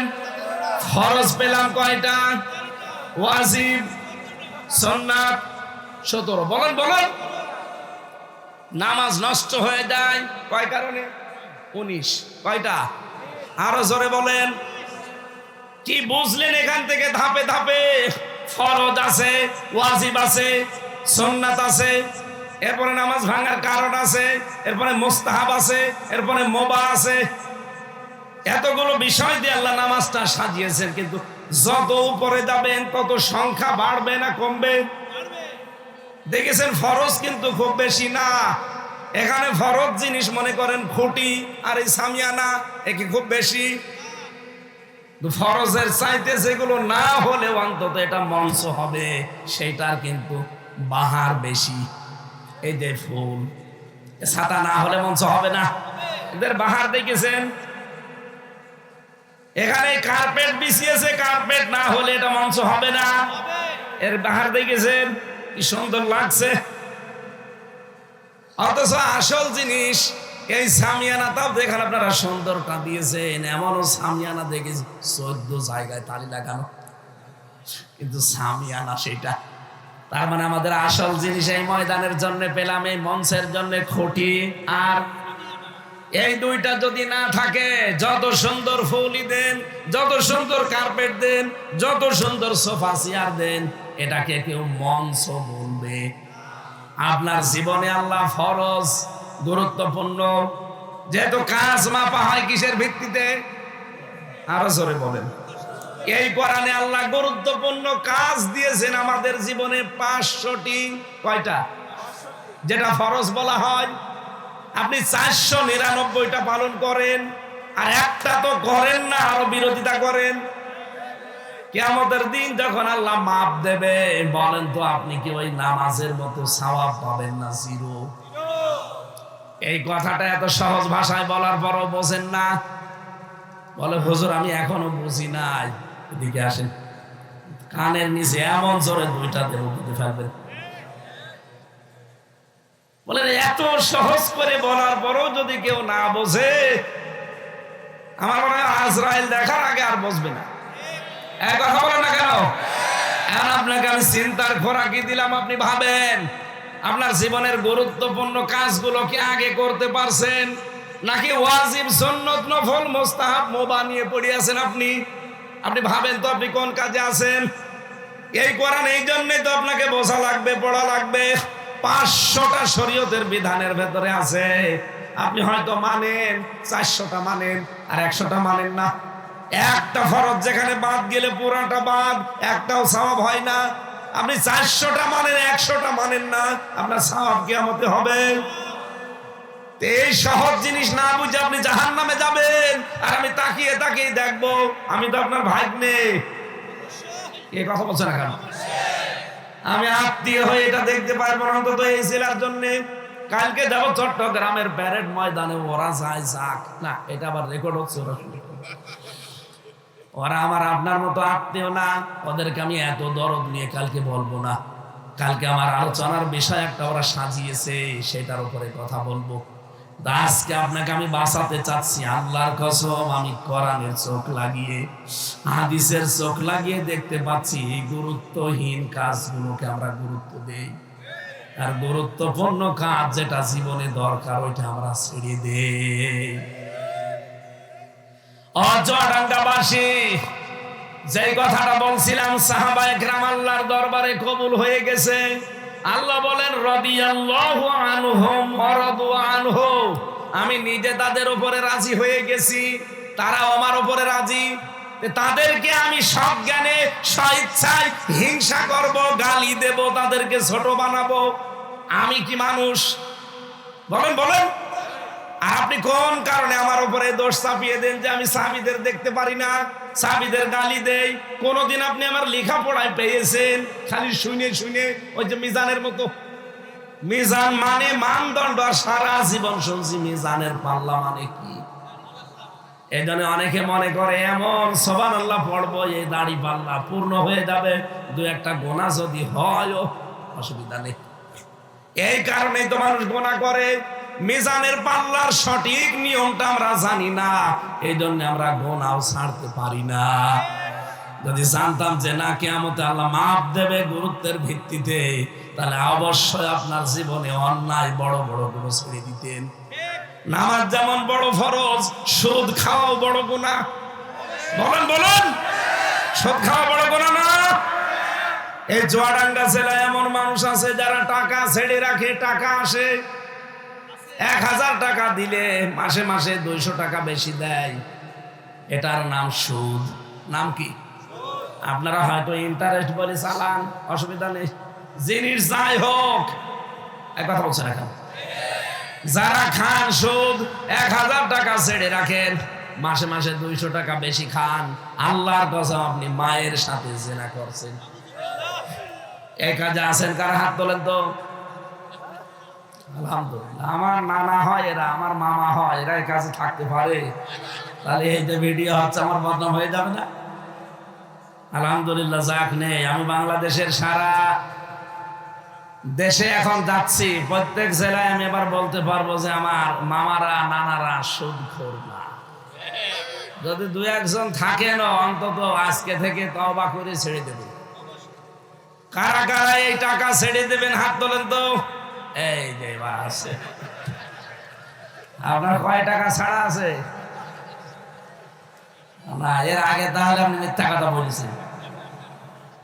যারা এরকম কাজে আছেন ভাই, আমি আপনাকে লজ্জা দিতে চাই না, আপনি আমার আত্মীয়। আশা করছে কিয়ামতের দিন আপনার এই জায়গায় আবার যেন লেখা থাকে না যে মায়ের সাথে জেনা করে এসেছে। বলেন নাউজুবিল্লাহ। চিন্তা করতে কেউ পারে যে মায়ের সাথে জেনা করে কোনোদিন জান্নাতে যাওয়া যায়? বলেন বলেন। আপনি দরকার না খেয়ে মরে যান, অসুবিধা নেই, কিন্তু এই সুদের সাথে জড়িত হওয়া যাবে, কারণ এটা বড় গুনাহ। নামাজ যেমন বড় সওয়াবের কাজ, সুদও বড় গুনার কাজ। কথা বলেন না কেন? আপনি মনে করছেন নামাজও পড়ি, সুদও খায়, অসুবিধা নেই, দাড়ি পাল্লায় তুলে দেবে, এই কারণে আপনি ছাড়তে পারেন না। অথচ দাড়ি পাল্লার কোনো মাপই নেই, এখানে মাপ হবে গুরুত্বের ভিত্তিতে। আপনার জীবনে যদি গুরুত্বপূর্ণ কাজই আপনি ছেড়ে দেন, তাহলে আপনার ফল হবে 0 অথবা 0। কথা বোঝা? কথা বোঝা যায়? আল্লাহ আমাদেরকে এবার আমল করার তৌফিক দাও, বলেন আমিন। এটা সাহাবীরা যেহেতু অনেক ঊর্ধ্বে, একজন সাহাবীকে কোনো মানুষ যদি মেনে চলতে পারে, বিশ্বনবী বলেছেন সে লোকটা হেদায়েত পেতে বাধ্য। সুতরাং যে কোনো সাহাবী যারাই আছে, নাম জানা না জানা যারাই শুনেছেন, যে কারো আদর্শ আপনি অনুসরণ করতে পারেন। সাহাবায়ে কেরামের মর্যাদার কারণ আমি পেয়েছি কোরআনে 10টা। কয়টা? 1 নম্বরে তারা আল্লাহ এবং রাসূলের প্রতি আনুগত্যশীল ছিল। আমরা আজ ওই পর্যায়ে পৌঁছাতে পারি না, এই জন্য আল্লাহ আমাদেরকে তাদের মতো কবুল করেন না। কোরআনে কারীমের সূরা আনফাল 22 নম্বর আয়াতে পাবেন, 9 নাম্বার পারা 18 নাম্বার পৃষ্ঠার 7 নাম্বার লাইনে আছে 3 নাম্বার রুকুতে, ইয়া আইয়ুহাল্লাযীনা আমানু আতিউল্লাহ ওয়া রাসূলাহু ওয়া লা তাওয়াল্লাউ আনহু ওয়া আনতুম তাসমাউন। বলেন আল্লাহু আকবার। রাব্বুল আলামিন বলেন, তোমরা আমি আল্লাহর এবং তার রাসূলের আনুগত্য করো। ওয়ালা তাওয়াল্লাউ আনহু ওয়া আনতুম তাসমাউন। এই কথা শোনার পরে তোমরা যেন কেউ মুখ ফিরিয়ে চলে যেও না। এগুলো শোনার পরে যারা মুখ ফিরিয়ে চলে যায়, এ মানুষগুলো জীবনে আল্লাহর দরবারে কবুল হওয়ার কোনো সম্ভাবনা নেই। এজন্য আমরা শুনলাম আর সাহাবীদের মতো যদি বলতে পারি, ক্বালু সামি'না ওয়া আতা'না, শুনলাম এবং মেনে নিলাম, তাহলে আল্লাহ হেদায়েত দেওয়ার একটা সম্ভাবনা আছে। বলেন সুবহানাল্লাহ। আমাদের যা জীবনের আমল আখলাক, আমাদের যা কাজ কারবার, আমরা হেদায়েত পাবো কিনা বলতে পারি না। কিন্তু পৃথিবীতে যদি আল্লাহ রাসূলের কথা শোনার পরে মন থেকে মেনে নেওয়ার সিদ্ধান্ত নিতে পারেন, আমরা গ্যারান্টি দিতে পারি আপনি হেদায়েত পাবেন। 2 নম্বরে আমি পেয়েছি সাহাবীদের ভেতরে দানশীলতা সবচাইতে বেশি ছিল। আমাদের ভেতরে এখনো ওইটা তৈরি হয়নি। নবীজি পৃথিবীতে এটা উজ্জ্বল দৃষ্টান্ত হয়ে আছেন। একদিক থেকে নবীজির আসতো, আর একদিক থেকে তিনি দিতে শুরু করতেন। সকাল থেকে সন্ধ্যা হয়ে যেত, সর্বশেষ দেখা গেছে বিশ্ব নবীর বাড়িতে কিছুই নেই। চুয়াডাঙ্গাবাসী সাহাবীদের মর্যাদার কারণ, তারা আল্লাহর দরবারে কবুল হওয়ার পেছনে 2 নাম্বার কারণ কি বললাম, দানশীল ছিলেন তারা। হযরতে আবু বকরকে কানের ভেতরে কে যেন আওয়াজ দিয়েছে, বিশ্বনবী তাবুকের ময়দানে যাবেন, যে যার সামর্থ্য অনুযায়ী মসজিদে নববীতে নবীজির রুমাল বিছানো আছে, তোমরা দিয়ে আসো। হযরতে আব্দুর রহমান বিন আউফ তিনি 3 মণ সোনা দিয়েছিলেন ওই ময়দানে। যার যার সম্পদ ছিল সবাই দিয়ে আসতেছে। বিশ্ব নবী ডাক দিয়ে বলেন, কই আমার আবু বকরকে তো দেখি না। তাকিয়ে দেখলেন হযরতে আবু বকর এক জায়গায় পেছনে দাঁড়িয়ে আছে, হাতে একটা টোপলা আছে, নবীজির সামনে রাখলেন। ঝাড়া দেওয়া দেখা গেল কয়েকটা পয়সা, কয়েকটা চাউল আর কিছু ছাই। ডাক দিয়ে বলেন, আবু বকর এই যা নিয়ে আসলেন, ঘরে আর কিছু আছে তোমার? সিদ্দিক আকবর ডাক দিয়ে বলে, ইয়া রাসূলুল্লাহ, আমার বাড়িতে শুধু বাকি আছে আল্লাহ আর তার রাসূলের নামের বরকত। আজ আমাদের জীবনটা আল্লাহর কাছে কবুল হতে চাই না এই কারণে, কারণ দানের মন মানসিকতা এখন ওইভাবে তৈরি হয়নি আমাদের। আমরা সম্পদগুলোকে সব আপন মনে করে থাকতে চাই, অথচ এটা জাহান্নামী মানুষদের গুণ। ইয়াহসাবু আন্না মালাহু আখলাদা, আল্লাহ পাক বলেন ওই মানুষগুলো ধারণা করে যে সম্পদ আমার কাছে চিরস্থায়ীভাবে থাকবে। যারা আজ বিদায় নিল, যারা আজ পালিয়ে গেল, তারা কি সম্পদের কম মালিক ছিল? একটা সম্পদও কাজে লাগাতে পারছে?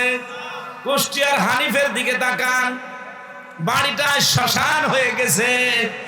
হাজার হাজার কোটি টাকার মালিক হয়েছিল এই 15 বছরে, এখন একটা টাকাও ভোগ করতে পারছে না। ভোগ করবে যে সেই মুখও এখন তাদের নেই। কথা বলে না কেন? জালেমদেরকে আল্লাহ কিন্তু এইভাবেই ধরেন। এজন্য আমরা সম্পদের মোহে পড়ে অনেকে দান সাদকা যারা ভুলে গেছেন, মনে করছেন এটা আমাকে অমর বানিয়ে রাখবে, এটা আমার কাছে চিরস্থায়ী ভাবে থাকবে। আল্লাহ জবাব দিচ্ছে, কাল্লা, কখনো না, লায়ুম বাদান্না ফিল হুতামা, তোরে আমি হুতামায় দেব। জোরে বলেন নাউজুবিল্লাহ। চুয়াডাঙ্গাবাসী আমি যে পয়েন্টটা বলছিলাম, বিশ্বনবীর কাছে জিবরাইল কানের কাছে মুখ নিয়ে বলে, হে রাসূল, আপনি কি আবু বকরের ঘরের খবর জানেন? নবীজি বললেন, সে তো আমাকে খোলাখুলি কিছু বলে না, কি হয়েছে?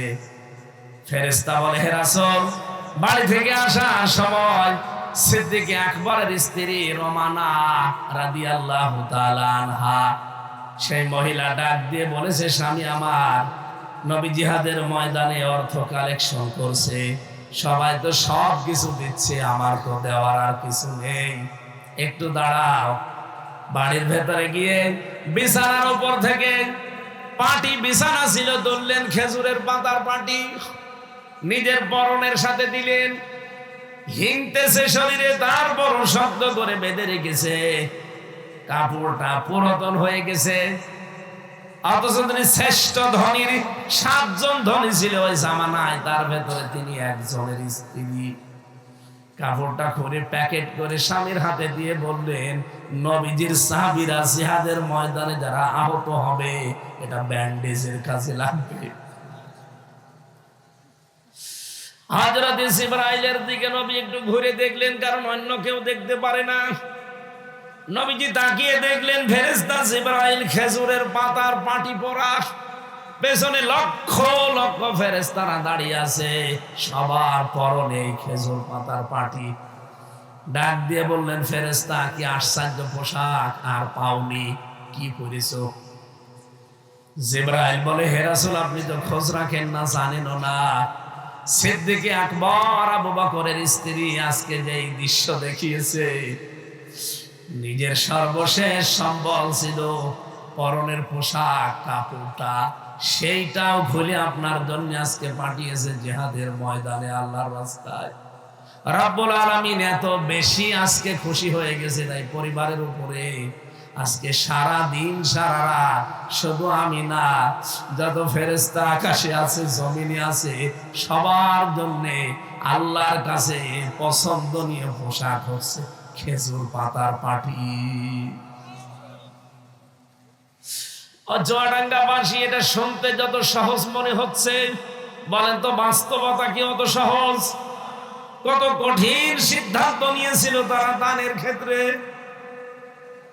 অথচ আমাদের কত সম্পদ, কত কিছু আছে, কত অভাবী মানুষ, কত রকমের অভাবে চিৎকার মারে, সম্পদ গুলো ব্যাংকে ছাতা পড়ে যাচ্ছে, এরপরও 50,000 টাকা দিলে যে একটু বিনোদন করবে না, সেই মানের নেই। তা আপনাকে আল্লাহ কবুল করবে কি দেখে? আপনার রূপ দেখে। এই জন্য সাহাবীরা কবুল হয়েছিলেন দানশীলতার কারণে। 3 নম্বরে আমি পেয়েছি তারা আদল এবং ইনসাফের কারণে কবুল হয়েছিলেন। তাদের ভেতরে আদল এবং ইনসাফ এত বেশি ছিল, আল্লাহ রাব্বুল আলামিন তাদের জীবনটাকে আমাদের জন্য আদর্শ বানিয়ে দিয়েছেন। 4 নম্বরে আমি পেয়েছি তারা নিরহংকার ছিল। এত বড় ক্ষমতায় থাকার পরে মানুষগুলো পৃথিবীতে জনগণের সেবায় নিজেকে নিয়োজিত রাখতে পেরে ধন্য মনে করতেন। খলিফাতুল মুসলিমিন হযরতে ওমর রাদিয়াল্লাহু তাআলা আনহু রাতের বেলা যখন তিনি হাঁটতে বের হতেন, স্যান্ডেলটা পায়ে দিতেন না। হঠাৎ একদিন দেখা হয়ে গেছে এক সাহাবীর সাথে, ডাক দিয়ে বলে, খলিফাতুল মুসলিমিন, এ প্রচন্ড শীত পড়ছে এখন, আপনারা জানেন আরব দেশে শীতের সময় প্রচন্ড শীত আর গরমের সময় প্রচন্ড গরম, পা রাখা যায় না। শীতের সময় অবস্থা খারাপ, গরমের সময় গরমের অবস্থা খারাপ। আপনি এই শীতের সময় পায়ে কোনো স্যান্ডেল না দিয়ে ভাবে ঘুরতেছেন।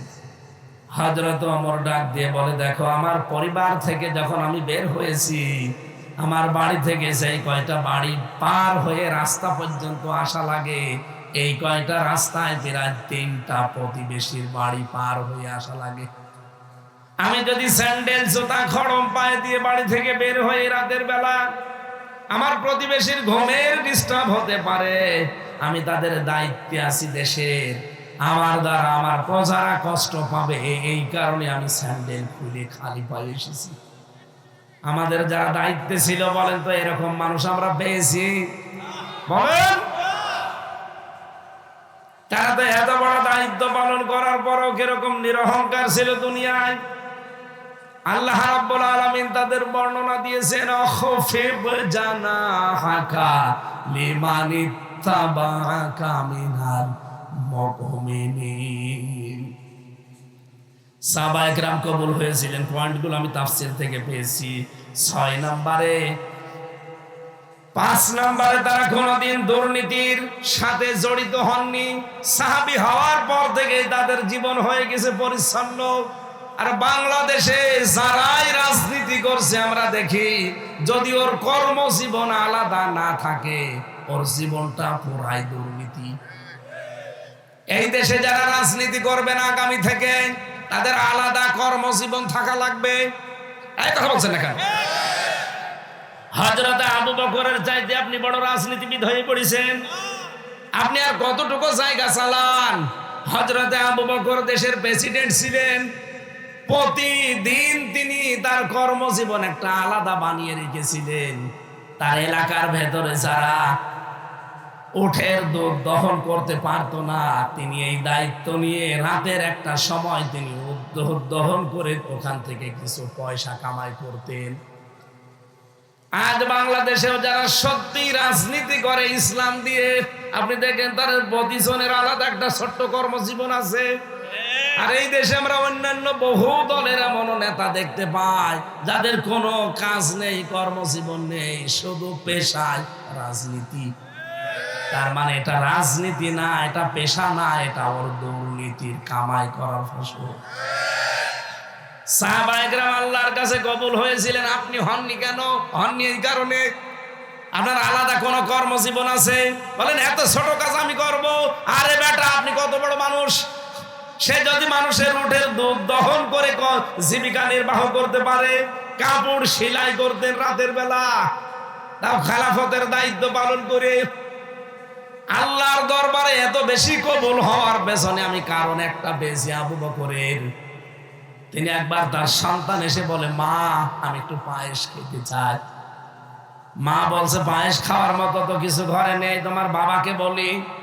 বাবা ওই সময় দেশের রাজা, প্রেসিডেন্ট, ডাক দিয়ে বলছে, সন্তান পায়েস খেতে চাই, কিন্তু তুমি যে ভাতা মাসে মাসে নিয়ে এসে দাও, আমাদের সংসারে চলে যায়, উদ্বৃত্ত কোনো টাকা বাঁচে না। তুমি একটু খাজানচি যারা আছে বাইতুল মালে, অর্থমন্ত্রী, তারে গিয়ে বলো অন্তত কিছু টাকা যেন আগামী মাসের জন্য বেশি দেয়। বললেন ঠিক আছে আমি যাচ্ছি। বাইতুল মালে গিয়ে বললেন, দেখো অর্থমন্ত্রী, আমার বাড়ির অবস্থাটা খুব ভালো না, আমি আগামী মাসের অ্যাডভান্স বেতন তোমার কাছে চাই। 10,000 টাকা করে মনে করেন আমাকে বেতন দেন, আগামী মাসের 10,000 টাকা অ্যাডভান্স আমারে দিয়ে দেন। হযরতে খলিফাতুল মুসলিমিন আবু বকরকে ডাক দিয়ে বাইতুল মালের দায়িত্বশীল বলছে, দাঁড়ান টাকা দিতেছি। এই যে সাদা একটা খেজুরের পাতা নিয়ে এসেছি শুকনা, আপনাকে এই যে কলম দিলাম, আপনি এই খেজুর পাতায় লিখে দেন তো যে আপনি যে 1 মাসের বেতন অ্যাডভান্স চান, আপনি 1 মাস বেশি থাকবেন, এই গ্যারান্টি আপনার আছে। উনি থমকে গেলেন, কি বলে গো, আপনাকে আগামী মাস পর্যন্ত জনগণ ক্ষমতার চেয়ারে বসিয়ে রাখবে, এই গ্যারান্টি আপনার হাতে আছে, যদি থাকে এই খেজুরের পাতায় লিখে দেন। উনি বলছেন টাকা আমার লাগবে না। আমাদের বাংলাদেশেও তো এরকম মন্ত্রী, এরকম প্রধানমন্ত্রী আমরা পেয়েছি। আপনি আল্লাহর কাছে কবুল হন না, হাসি হওয়ার পরেও, গাজী হওয়ার পরেও, তাহাজ্জুদ গুজার হওয়ার পরেও, সকালে কোরআন পড়ার পরেও, এই কারণে কারণ আপনার বাস্তবতার সাথে কথার কোনো মিল নেই। এই মানুষগুলোর মিল ছিল। স্ত্রীর কাছে এসে বলছে, না টাকা পেলাম না। টাকা পেলাম না মানে তুমি দেশের প্রধানমন্ত্রী, তোমার এই টাকা দেয় না, কোন মন্ত্রী এমন আছে?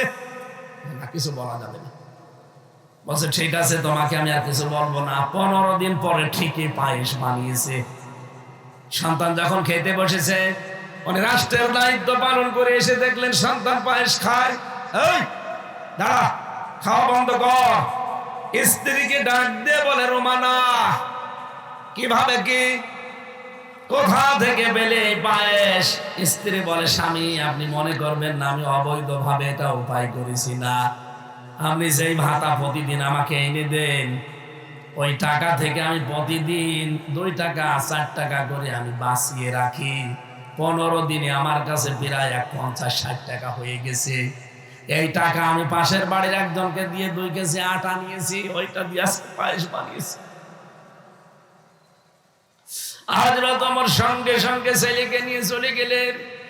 অর্থমন্ত্রীর কাছে গিয়ে বলে, ভাই আগামী মাস থেকে তুমি আমারে 10,000 টাকা দাও, 9,940 টাকা দিবা। কেন? কারণ 60 টাকা কম হলো আমার সংসার চলে।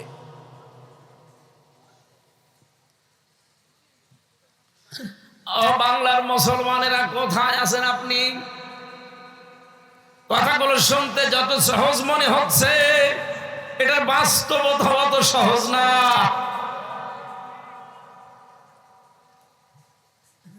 তাদের স্ত্রীরা আল্লাহ বানিয়ে দিয়েছিলেন ওই রকম, আর আমরাও যেমন 2 নাম্বার, আমাদের বউগুলো 4 নাম্বার।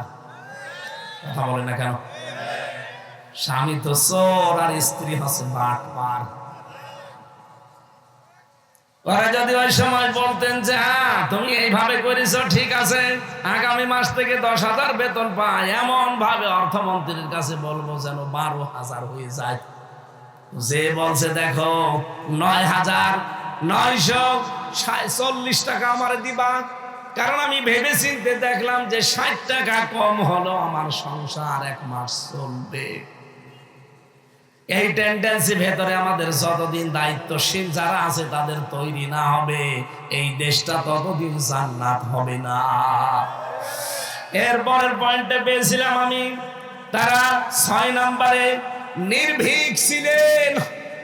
এটা শুধু কোরআন যারা মানে তাদের ভেতরে তৈরি হয়, কোরআন মানে না তাদের ভেতরে হাজারো ভয় আল্লাহ ঢুকিয়ে দেয়। এই তথ্য পাবেন আপনি সূরা বাকারার 288 নম্বর আয়াতে। 7 নম্বরে আমি পেয়েছি নিজের দায়িত্ব ভার নিয়ে তারা খুব চিন্তায় ছিলেন। বিশ্বনবী নিজে জীবনের সর্বশেষ যেদিন ভাষণ দেন, ওই দিন ডাক দিয়ে বলেছিলেন, সাহাবীরা আমি কি আমার দায়িত্ব সঠিকভাবে পালন করতে পেরেছি? সব সাহাবীরা বললেন আপনি পালনই করেননি, হাতে কলমে আমাদের দেখিয়েছেন। নবীজি ওই দিন হাত তুললেন আর আকাশের দিকে ডাক দিয়ে বললেন, আল্লাহুম্মা শাহাদ, 3 বার তুমি সাক্ষী থাকো। এই সাহাবীরা বলছে আমি যে পালন করেছি আমার অর্পিত দায়িত্ব। নবীজি নাই চলে গেলেন, আপনি নিজের দিকে তাকিয়ে বলেন তো, আপনার জীবনে যে দায়িত্ব আল্লাহ দিয়েছেন, আপনি কিন্তু উম্মতি মুহাম্মদী, সাধারণ মানুষ না। কিয়ামত পর্যন্ত যারা আসবে আমরা সবাই এক একজন দায়িত্বশীল। এর আগে যত নবী চলে গেছে ওই নবীদের সাক্ষী হব আমরা। আমি এমন জীবন গঠন করেছি যে আমার বিরুদ্ধে সাক্ষী দাঁড়াবে। আমি সাক্ষী দেব তো দূরের কথা, আমার বিরুদ্ধে সাক্ষী দাঁড়াবে। কথা বলেন ঠিক কিনা? এজন্য এমন জীবন তৈরি করা দরকার, কিয়ামতের ময়দানে আমি যেন অন্যান্য নবীর বিরুদ্ধে, অন্যান্য নবীর উম্মতের বিরুদ্ধে সাক্ষী হতে পারি। নবী তো ঠিক তার অর্পিত দায়িত্ব পালন করে সাক্ষী নিয়ে গেলেন। আপনার সাক্ষী আছে? আপনি 10 বছর, 15 বছর, 20 বছর দায়িত্বে ছিলেন। বিদায় নেওয়ার সময় আপনার অধীনস্থ মানুষগুলো কান্নাকাটি করার কথা,